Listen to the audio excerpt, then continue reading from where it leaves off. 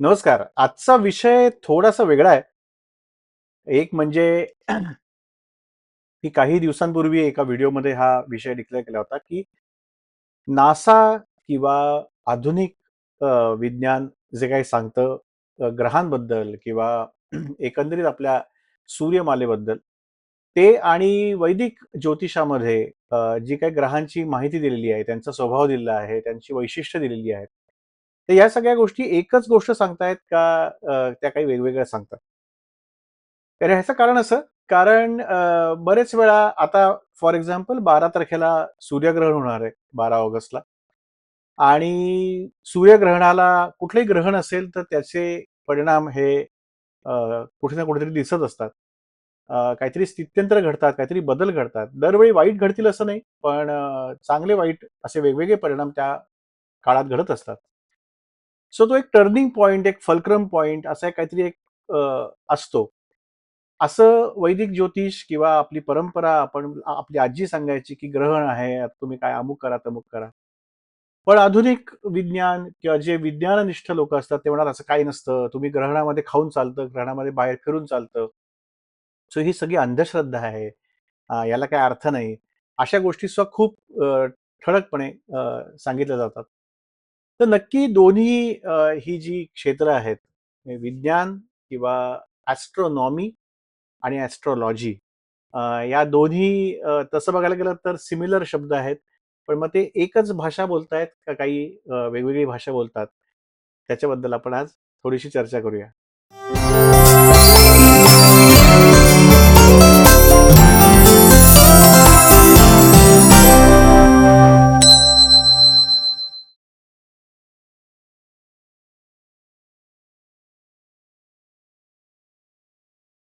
चर्चेला सुरुवात करण्याच्या आधी मी सांगतो, की तसं बघायला गेलं तर हा अतिप्रचंड सीरियस असा काही व्हिडिओ नाहीये. म्हणजे एकदा ह्याचा सोक्ष-मोक्षच लावून टाकूया, असे काहीही ह्याच्यामध्ये माझा हेतू नाहीये. पण जेव्हा खांबेटे सरांची पुस्तकं मी वाचत होतो, ज्याच्यामध्ये ग्रहांबद्दल माहिती आहे. वदा भट सरांच्या पुस्तकांमध्ये सुद्धा ग्रहांची माहिती होती. तेव्हा असा एक जनरल विचार मनात आला, की जेव्हा ही पुस्तकं वाचायला सुरुवात केली, तेव्हा Google वगैरे या सगळ्या काही गोष्टी नव्हत्या, फक्त पुस्तकं होती. आता Google आहे, आता वेबसाईट्स आहेत. तर नासाची वेबसाईट मध्ये काही कारणांनी उघडली आणि त्याच्यावर प्रत्येक प्लॅनेटची माहिती त्यांनी दिलेली आहे. सो एक उत्सुकता, कुतूहल म्हणून मी प्लॅनेट्सची माहिती वाचायला लागलो आणि ती वाचत असताना काही-काही त्यातले जे संदर्भ होते, ते असे होते की मला असं वाटलं, अरे हे आपली जी काही फिलॉसॉफी आहे, भारतीय तत्त्वज्ञान आहे आणि वैदिक ज्योतिषामध्ये जे काही आपल्या ग्रहांची कॅरेक्टरिस्टिक्स दिलेल्या आहेत, की समजा हा ग्रह तुमच्या पत्रिकेमध्ये समजा ॲक्टिव्ह असेल किंवा जास्ती बलवान असेल, तर तुमचा स्वभाव किंवा तुमचं व्यक्तिमत्व कसं असतं? त्याबद्दल खूप सिमिलॅरिटीज मला त्याच्यात दिसायला लागल्या आणि त्यातल्या काही तुमच्यासमोर मांडणं हा या व्हिडिओचा हेतू आहे. काय बरोबर, काय चूक, काय चांगलं, काय वाईट, कुठलं जास्ती बलवान ॲस्ट्रॉनॉमी का ॲस्ट्रोलॉजी किंवा आमच्या पूर्वजांना कसं बरोबर माहिती होतं सगळं आणि तुम्ही जे आत्ता बोलताय ते कधीच आमच्या ऋषीमुनींनी लिहून ठेवलंय. अशी कुठलीही बढाई मारण्याचा या या व्हिडिओचा हेतू नाहीये.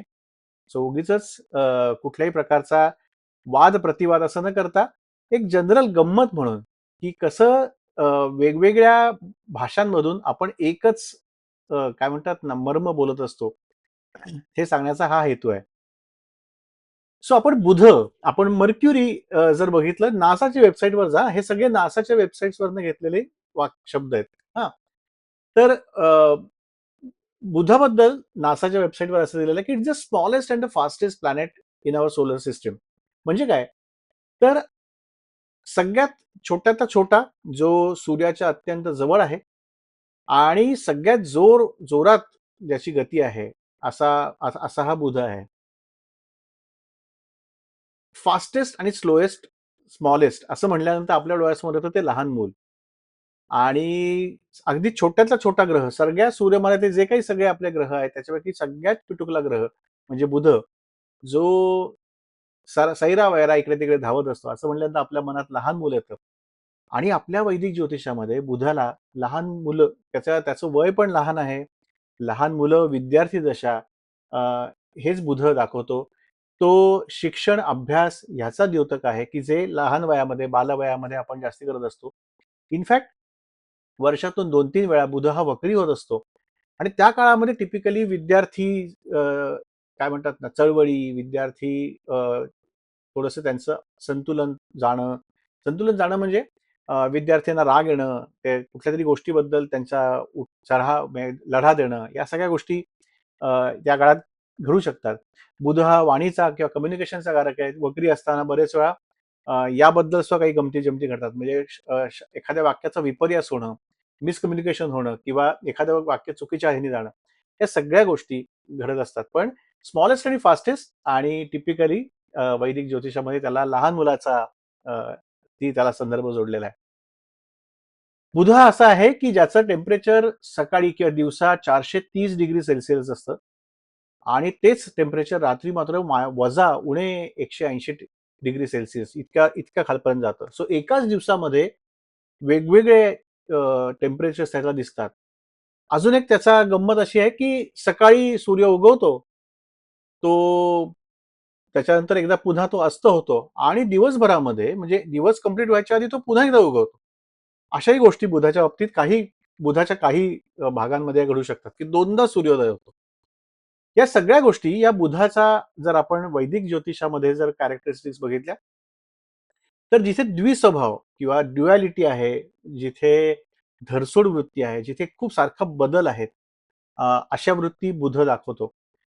बुधाच्या अंमलाखाली समजा एखादी गोष्ट घडत असेल तर ती दोनदा करायला लागते किंवा एकदा एकाच फटक्यात ती घडत नाही. ती दोनदा जसं प्रश्नकुंडलीमध्ये टिपिकली जर तो प्रश्न आपण विचारतोय तर ते समजा बुधाच्या अंमलाखाली तो प्रश्न येत असेल, काहीतरी हरवलंय आणि तुम्हाला शोधायचं आहे. तर बरेच वेळा असं सांगितलं जातं, की जिथे पूर्वी शोधलं तिथेच पुन्हा शोधा, ते तुम्हाला सापडेल. कारण बुध आहे, तो एका फटक्यामध्ये तुम्हाला सो 2-2 होणं. सो बुध समजा त्याचा लग्न किंवा सप्तम स्थानावर समजा त्याचं हे असेल तर 2 विवाह होणं होऊ शकतं. खूप असे ढोबळ हे आहेत आडाखे आहेत. असं तुम्ही अ, तू लगेच पत्रिका उघडून असं बघू नका, की अरे आता बुध 7व्यात आहे का? भाई आपला पण 2 विवाह होणार. असं इतकं सोपं नसतं ते. आणि पण बुधामध्ये 2-2दा गोष्टी करायला लागणार, द्विस्वभाव, मूडीपणा, आत्ता असं आहे तर लगेच हे. सो सारखे बदल असे हे ड्युॲलिटी हे बुधामध्ये खूप आहेत आणि ते त्याच्या टेम्परेचरनं पण दिसतं. आता सकाळी 430 असेल तर रात्री वजा 180 इथपर्यंत असतं. बुधाचा जो काही अ, ज्याचं कार्यक्षेत्र दिलेलं आहे वैदिक ज्योतिषामध्ये, ते वाणी, कम्युनिकेशन, वाणी म्हटल्यानंतर गळा म्हणजे गाणं, या सगळ्या गोष्टींमध्ये आहे. लिखाण. सो बुध हा या सगळ्या ह्याच्यामध्ये प्रवीण आहे किंवा त्याचं बुध समजा तुमच्या कुंडलीमध्ये बलवान असेल, तुम्हाला या सगळ्यामध्ये गती असते. आणि गमतीची बाब अशी, बुधावर जे क्रेटर्स आणि फीचर्स आहेत, त्याला जी ॲस्ट्रोनॉमर्सनी जी नावं दिलेली आहेत, नासानी जी काही नावं त्यातल्या विवरांना आणि ह्यांना दिलेली आहेत, ती सगळी नावं ही जे आपले कलाकार होते किंवा म्युझिशियन्स होते किंवा मोठे लेखक होते, म्हणजे कालिदास, शेक्सपियर अशी नावं त्या बुधाच्या ह्याला आहेत. आणि गंमत बघा, वैदिक ज्योतिष म्हणतं, की बुध हा अ, अशाच लोकांचा कारक आहे, की जे लिखाण करतात, जे ज्यांचं म्युझिक आणि या सगळ्या गोष्टी आहेत, त्यांचा बुध हा कारक आहे. व्हीनस पण आहे, पण बुध पण या गोष्टींचा कारक आहे. सो शब्दांशी हे करणं, या सगळ्या गोष्टी बुधाकडे आहेत. बुध हा चतुर आहे बोलण्याला. त्याच्यामुळे बुध प्रधान व्यक्ती या बोलण्यामध्ये एकदम चतुर असतात. त्या तुम्हाला आणि बुद्धी असते आणि वाचा पण असते. कम्युनिकेशन आणि बुद्धी एकत्र असते. सो जे लोकांचा अ, ज्यांचा शब्दांवर खूप हे असतो. पु. ल. देशपांडे तुम्ही बघा, की शब्दांमध्ये कोटी करणं आणि पटकन एखाद्या गोष्टीला हजरजबाबीपणे उत्तर देणं. सो त्यांच्या पत्रिकेमध्ये 100% बुध हा खूप कुठल्यातरी चांगल्या स्थितीमध्ये असणार आहे. सो हे किती छान हे योगायोग आहेत नासाची किंवा ॲस्ट्रॉनॉमी आणि ॲस्ट्रोलॉजी मधले. त्यानंतर येतो शुक्र. शुक्राला हॉटेस्ट प्लॅनेट म्हटलं जातं. तो सगळ्यात त्याचं टेम्परेचर हे आहे आणि आपल्याकडे शुक्र असं म्हटल्यानंतर आपल्याला जे आठवतं ते सौंदर्य आणि हे आणि सध्या अगदी इंग्लिश याच्यामध्ये सुद्धा कोणतरी एकदम हे असेल, कोणी सौंदर्यवान असेल, पुरुष असो, स्त्री असो, त्या म्हटलं जातं इट्स अ हॉट, म्हणजे that person is very hot. So hottest planet आणि सौंदर्याचा कारक आणि या सगळ्या गोष्टी पुन्हा शुक्र. व्हीनसला जे नाव दिलेलं आहे व्हीनस, तर ते इज द ओन्ली प्लॅनेट की ज्याला फिमेल गॉडवरनं रोमन्सनी नाव दिलेलं आहे. बाकी सगळ्यांची नावं ही पुरुषांची आहेत. पण फक्त हा असाच एक ग्रह आहे की ज्याला फिमेलचं दिलेलं आहे. कारण पुन्हा तेच आहे की आपण जर व्हीनस म्हणलं, शुक्र म्हटलं, तर वैदिक ज्योतिषामध्ये शुक्र ज्यांचा पॉवरफुल आहे, त्यांना सर्व प्रकारची सौंदर्य, मग ते दिसण्यातलं सौंदर्य असो, वागण्यातलं सौंदर्य असो, लिखाणातलं सौंदर्य असो, कलेमधलं असो, सौंदर्यासक्ती ही शुक्राचा गाभा आहे. आणि त्यामुळे प्रेम, प्रणय, सौंदर्य, लक्झरी, वेगवेगळ्या प्रकारचे ज्यांचा शुक्र पॉवरफुल असतो त्यांना परफ्युम्स वगैरे याची सगळ्यांना त्यांना आवड असते. सो या सगळ्या गोष्टी शुक्राच्या अंमलाखाली येतात आणि त्या टिपिकली या सगळ्या गोष्टींची आवड ही स्त्रियांना जास्ती असते. त्यामुळे ॲस्ट्रॉनॉमी आणि ॲस्ट्रॉलॉजी पुन्हा एक एक प्रकारची गमतीशीर योगायोग.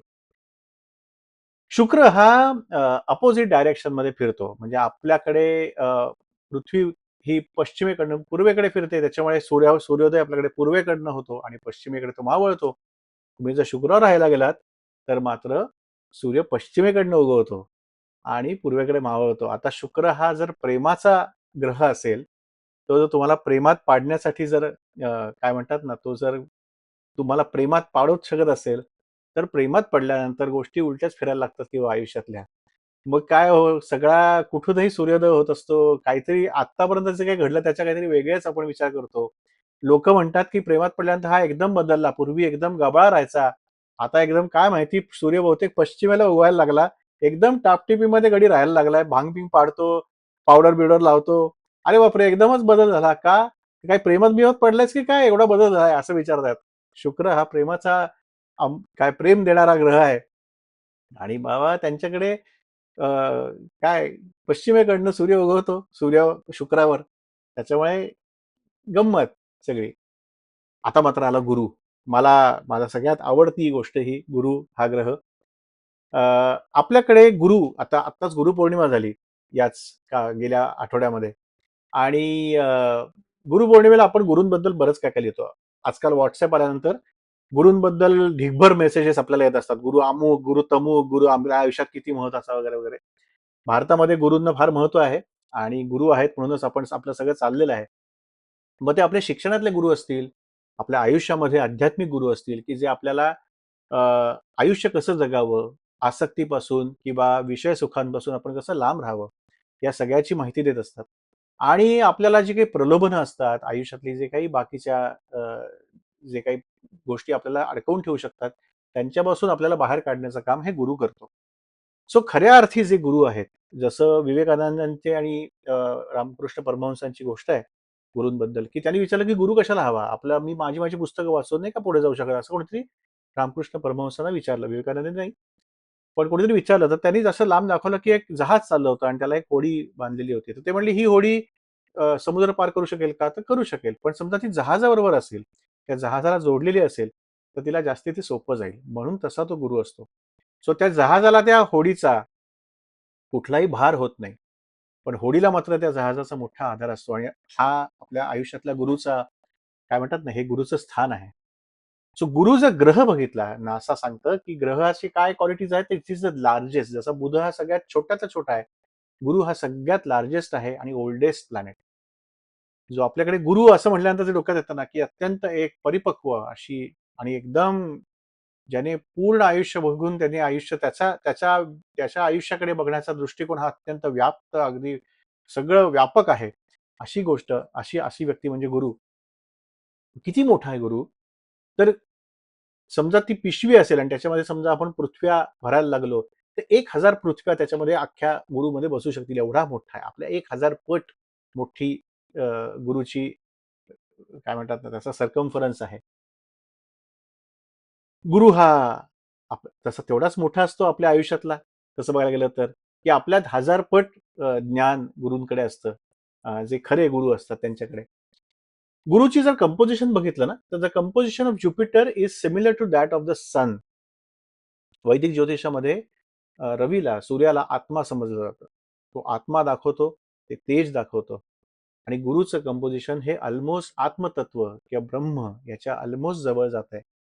आपल्याकडे पण तेच म्हटलं जातं, की गुरु हा फक्त ते ब्रह्मतत्व म्हणजे ते जी काही मूळ तत्व आहे, ते आणि आपण ह्याच्यामधला दुवा आहे. सो ऑलमोस्ट ते ब्रह्मतत्व आहे, पण थोडंसं अजून मनुष्य त्याचे गुण आहेत. सो असा गुरु आहे. तसंच गुरुचं आहे, की ज्युपिटरमध्ये ऑलमोस्ट सगळं सूर्यासारखं आहे. फक्त त्याच्यामध्ये तरी पण शीतलता आहे सूर्याच्या कंपॅरिझनमध्ये आणि एक्झॅक्टली तसंच गुरु आपला असतो. ग्रॅव्हिटेशनल फोर्स गुरुचा खूप आहे. आणि असं म्हटलं जातं, की ती ग्रॅव्हिटेशनल फोर्स किती आहे? तर सूर्य त्याच्या ग्रॅव्हिटेशनल फोर्सकडनं पृथ्वीला खेचत असतो आणि पृथ्वीच्या मागे गुरु आहे, तोही पृथ्वीला खेचत असतो आणि त्याच्यामुळे पृथ्वीची जो सूर्याभोवती फिरणारा जो ऑर्बिट आहे, त्यात ते ऑर्बिट एक प्रकारे त्याला बॅलन्स ठेवणं, ते त्याच ऑर्बिटमध्ये पृथ्वी फिरत राहणं, ती सूर्याच्या जवळ जाणं, लांब न जाणं, या सगळ्या गोष्टी गुरूंनी थोडंसं मागे खेचल्यामुळे पृथ्वीला या गोष्टी नीट घडत असतात.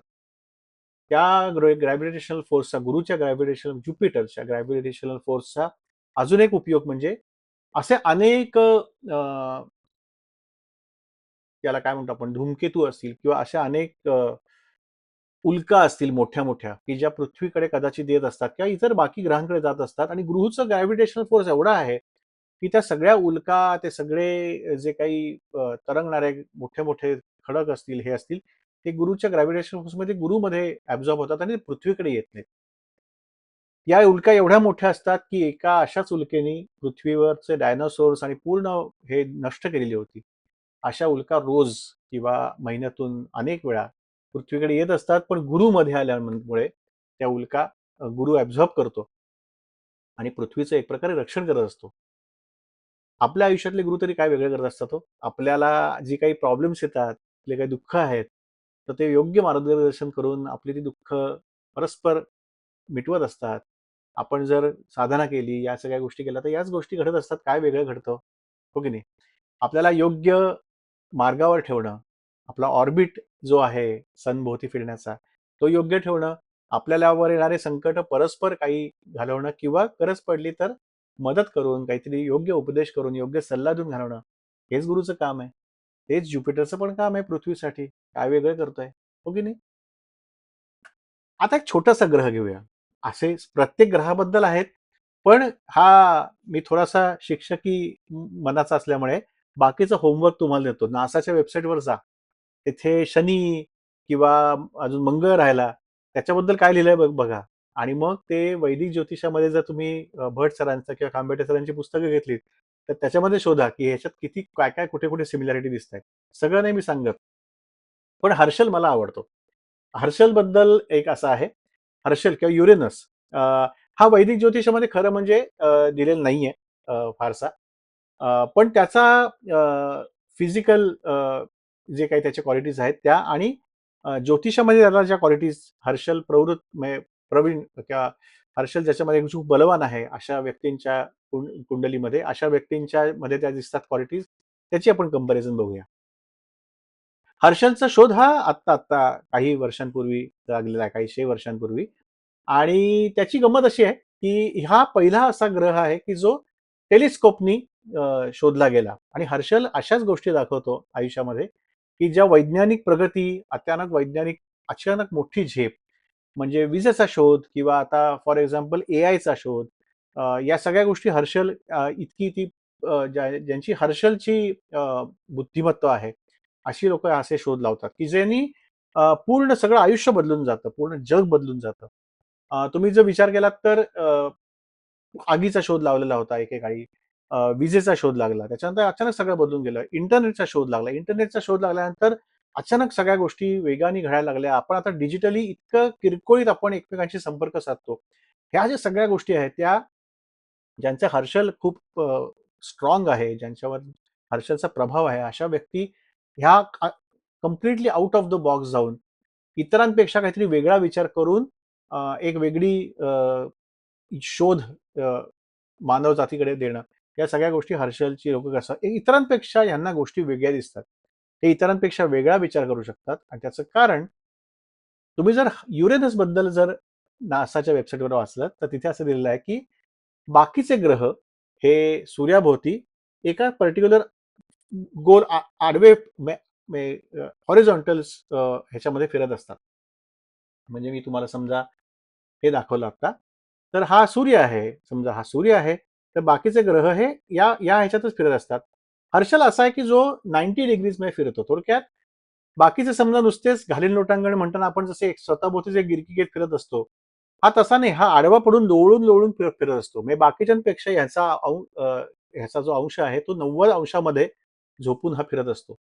सो इतर ग्रह करतात त्याच्यापेक्षा काहीतरी मी वेगळं करतो आणि ते वेगळं करणं it spins sideways when it is orbiting around the sun like a rolling ball. इतरांपेक्षा काहीतरी वेगळं विचार करणं, इतरांपेक्षा वेगळं करणं हा त्या ग्रहाचाही काय म्हणतात ना, त्याचं वैशिष्ट्य आहे. आणि हर्षल प्रधान लोकांचंही, युरेनस प्रधान लोकांचंही तेच वैशिष्ट्य असतं. जसा व्हीनस उलटा फिरतो, तसा हा पण उलटा फिरतो. त्याच्यामुळे यांच्याकडे पण पश्चिमेकडनंच पश्चिम पण नाही, याच्याकडे तर बहुतेक दक्षिणेकडनं सूर्योदय होत असेल. कारण हा तसाही अजून 90 डिग्रीज मध्ये फिरलेला आहे. त्याच्यामुळे इथे पूर्व पश्चिम वगैरे काही नाही. दक्षिणोत्तर यांच्याकडे सूर्योदय आणि सूर्यास्त असतील हर्षलवर. आणि अशीच ही माणसं असतात. हर्षल प्रधान जी माणसं असतात त्यांना वेगळ्याच काहीतरी काय म्हणतात ना, त्यांच्याकडे वेगळेच काही गुण असतात की जे टिपिकल जी शिक्षण पद्धती आहे, टिपिकल जी सामाजिक हे आहे त्याच्यामध्ये ते बसत नाहीत. सो ज्यांच्या पत्रिकेमध्ये हर्षल मी एका एका व्हिडिओत सांगितलं होतं की एका मुलाला अचानक काही काही गोष्टी कळायच्या, अचानक त्याला पाणी कळायचं जमिनीखाली कुठे आहे वगैरे. आणि अशा काहीतरी एकदम वेगळ्या गोष्टी काहीतरी असणं की नॉर्मल ह्याच्यामध्ये ते बसत नाहीत. त्यांना जर तुम्ही टिपिकल शिक्षण पद्धतीमध्ये टाकलं तर त्यांना ते जमत नाही. मग ते तिथे त्यांना कमी मार्क पडतात. आई वडील आरडाओरडा करत असतात. पण जर हर्षल त्यांच्या चांगल्या योगांमध्ये असेल आणि हे असेल तर बरेच वेळा असं मी बघितलंय की टिपिकल शिक्षण पद्धतीतून ग्रॅज्युएट वगैरे ते अगदी ओके ओके मार्काने होतात. पण नंतर ते काहीतरी असं काहीतरी काढतात की ज्याचं नाव ते एकदम पुढे जातात. तुम्ही जर इलॉन मस्क समजा बघितलात तर त्याच्या पत्रिकेमध्ये हर्षल नक्की यश आहे. कारण परीक्षेमध्ये किंवा शालेय याच्यामध्ये तो एवढा चमकलेला नव्हता. नंतर ज्याने जी सुसाट सोडलंय रॉकेट आपलं, दिस इज टिपिकली हर्षल. तुम्ही जर त्यांना चौकटीत बसवायला गेलात तर त्यांना चौकटीत बसत नाहीत. कारण चौकटीमध्ये स्वतःभोवतीच फिरा असं सांगितलं जातं. यांना आडवं पडून गोल फिरायचं असतं. जे तिथे मान्य नसतं. शाळेमध्ये ते अलाउड नसतं. त्याच्यामुळे ते शाळामध्ये त्यांना कमी मार्क पडतात. पण जेव्हा ते बाहेर पडतात आणि जेव्हा त्यांना लक्षात येतं की आता आपल्याला फ्रीडम आहे, तेव्हा ते त्यांच्या बुद्धीची चमक इतकी दाखवतात, की जग त्यांना अनेक वर्ष, अनेक शतकं त्यांना लक्षात ठेवतं. आणि त्यांच्यामुळे सगळं जग बदलतंही. टिपिकल चौकटीच्या बाहेर काढण्याचं कामच हर्षल प्रधान लोक करत असतात. आता पण हे माझ्या पत्रिकेमध्ये हे सगळे ग्रह कुठे आहेत? ते काय स्ट्रॉंग आहेत का नाहीत? काय होतं, मी मागच्या एक एक व्हिडिओ केला होता, की आपल्याला ज्योतिषी कसा चांगला निवडला पाहिजे. पण बरेच वेळा आपल्याला काही सगळेच सारखं-सारखं ज्योतिषाकडे जाता येत नाही. तर मग एक एक एक ॲप आहे, एक वेबसाईट आहे, जी मी मी खूप वापरतो. ही अल्फा ॲस्ट्रो नावाची ही वेबसाईट आहे. माझा अत्यंत जवळचा मित्र त्याने ही तयार केलेली आहे. So it's a very secured place to to start your account. So alpha ॲस्ट्रोवर एरवी ॲस्ट्रो सेज आणि अशा वेगवेगळ्या वेबसाईट्स आहेत, की ज्याच्यावरून तुम्ही तुमची पत्रिका काढू शकता. तुम्ही तुमचे बर्थ डिटेल्स टाकले तर तुमची पत्रिका येते. पण इथे फक्त पत्रिकेचा डेटा येतो. अल्फा ॲस्ट्रो ही अशी वेबसाईट आहे. astro.realalpha.net हा त्याचा डोमेन नेम आहे. तुम्ही जर इथे गेलात आणि इथे तुम्ही तुमचा अकाउंट उघडलात, की तुम्हाला तिथे पत्रिका तयार करता येतात. बर्थ डिटेल्स वगैरे त्याच्यावर त्यांनी विचारल्या त्या गोष्टी टाकून. फक्त पत्रिका किंवा डेटा न देता आता कुठली दशा आहे, काय आहे हे न देता ही ही वेबसाईट थोडीशी पुढे जाते आणि तुमच्या पत्रिकेमध्ये जे काही ग्रहस्थिती आहे, त्याबद्दल काही इंटरप्रिटेशन्स तुम्हाला ही काही नाही बरीपैकी इंटरप्रिटेशन्स ही ही वेबसाईट तुम्हाला देत असते. सो फक्त वैदिक ॲस्ट्रॉलॉजीवर नाही, इन्क्लुडिंग मार्केट्स म्हणजे स्टॉक मार्केटबद्दल फायनान्शियल ॲस्ट्रॉलॉजी जे आहे ते पण या वेबसाईटवर खूप छान येतं. मी त्याचा फार अजून वापर केलेला नाही. I am still exploring. पण पत्रिका आणि त्याच्यामधल्या दशा त्या कशा पद्धतीने आपल्यावर काम करणार आहेत, आपला कुठला ग्रह बलवान आहे, कुठला कमी आहे, त्याच्यासाठी काय करायला हवं, अशा सगळ्या प्रकारचा अत्यंत उत्तम आत्तापर्यंत मी बघितलेली अत्यंत उत्तम वेबसाईट ही अल्फा ॲस्ट्रो आहे. आणि सो प्लीज तुम्हाला ज्यांना इंटरेस्ट आहे तर त्यांनी अगदी या वेबसाईटवर आपलं अकाउंट उघडून तुम्ही त्याचा वापर करू शकता. It's a very, very good website. तुमची स्वतःची पत्रिका अॅनलाईज करण्यासाठी त्याच्यात काय समजा कुठली युती आहे, कुठली महादशा चालू आहे आता सध्या, करिअर वाईज कुठलं करिअर किंवा काय करणं चांगलं, ह्या सगळी इंटरप्रिटेशन्स ही वेबसाईट देते आणि त्याच्यासाठी ही फार महत्वाची वेबसाईट आहे. बाकीच्या वेबसाईट्स फक्त डेटा देतात, ही डेटाच्या पुढे जाऊन इंटरप्रिटेशन्स पण देते. सो ज्योतिष, मग ते ग्रह असतील, नक्षत्र असतील, राशी असतील, महादशा असतील, गोचर असेल, लग्न कुंडली असेल, यामधल्या वेगवेगळ्या गोष्टींवर चर्चा करण्यासाठी आपला हा चॅनल आपण सुरू केलाय. त्यातली ही मालिका सुरू केलेली आहे. ह्याचाच वापर पुष्पौषधींबरोबर पण आपण करणार आहोत, की पुष्पौषधीं ची सिलेक्शन करताना कसा पत्रिकेचा किंवा कुंडलीचा वापर करता येऊ शकतो, ह्याच्यावरही आपण विचार करणार आहोत. पण हळू-हळू एक-एक टप्पा आपण करूया. आत्ता सुरुवातीला तुमच्या मनातले जे अगदी बेसिक लॉजिकल प्रश्न असतात, की तुम्हाला अनेक वर्ष मला हा प्रश्न आहे, की हे असं का घडतं? ज्योतिष असंच का म्हणतात? अजून एक प्रश्न सांगतो. कालच मला एका माझ्या मित्राने सांगितलंय, की अनेकसे ज्योतिषी असतात, ते स्वतःच्या आयुष्यामध्ये काही वेळा त्यांच्या आयुष्यात फेल्युअर्स येतात. सो त्यांना दिसत नाही का त्यांची स्वतःची पत्रिका बघून की फेल्युअर आहे. तर मग असं कसं काय होतं? सो त्यांची थोडीशी अपेक्षा अशी आहे, की ज्योतिषाने त्याचं आयुष्य एकदमच बॅलन्स असलं पाहिजे. तर खरंच असं असतं का? ज्योतिषांचं आयुष्य बॅलन्स असतं का? आणि ज्योतिषांच्या आयुष्यामध्ये अपयश कसं काय येतं? त्यांना त्यांच्या नोकरीमध्ये, त्यांच्या पर्सनल आयुष्यामध्ये, त्यांच्या आर्थिक गोष्टींमध्ये जर त्यांना अपयश येत असेल, तर त्यांना ते दिसत नाही का?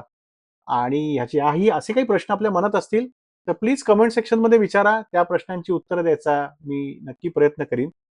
आणि कुठल्याही प्रकारचे प्रश्न जर तुम्हाला असतील ज्योतिषाबद्दलचे, तर मला WhatsApp करून कळवा, ईमेल करून कळवा किंवा याच व्हिडिओच्या खाली कमेंट्स करून कळवा. कारण विचारा तुम्ही, सांगतो आम्ही. असंच सदर पहिल्या महिन्यामध्ये ऑगस्ट महिन्याचा आपला हेतू तोच आहे, की वेगवेगळे प्रश्न काढून त्याप्रमाणे व्हिडिओज करायचे.